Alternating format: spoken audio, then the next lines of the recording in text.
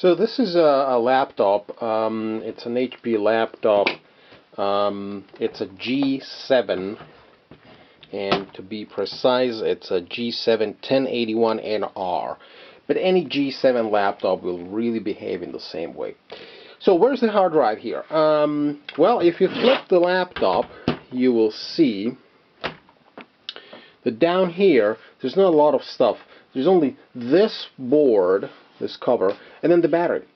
Now the trick here is you have to take the battery out first. So you slide this little slide here.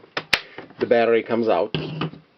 And then you have to unscrew these two screws. One is here, the other one is here. Let's unscrew them.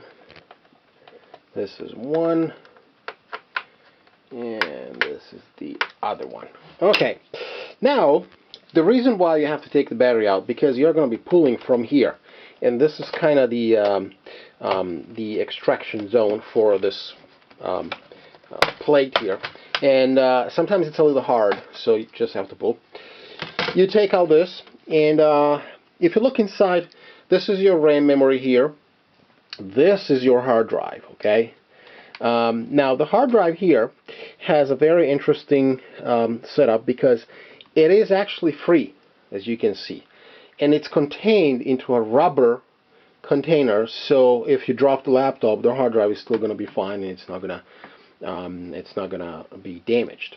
There's this connection here. You just pull the connection just like this, and here's your hard drive. There you go.